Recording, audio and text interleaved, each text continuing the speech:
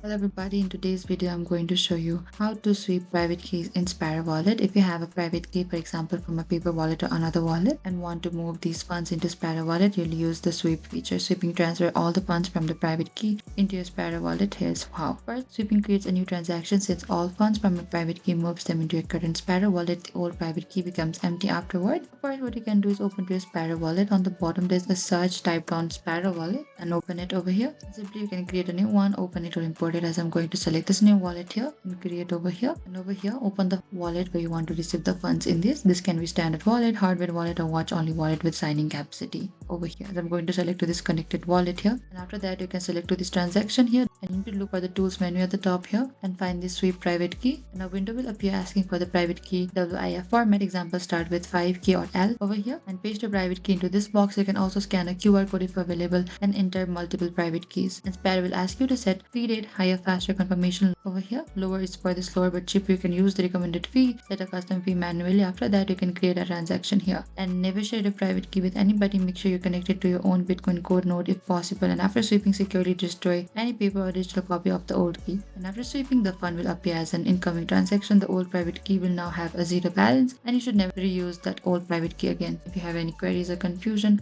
please comment down below and we will reach out to you very soon.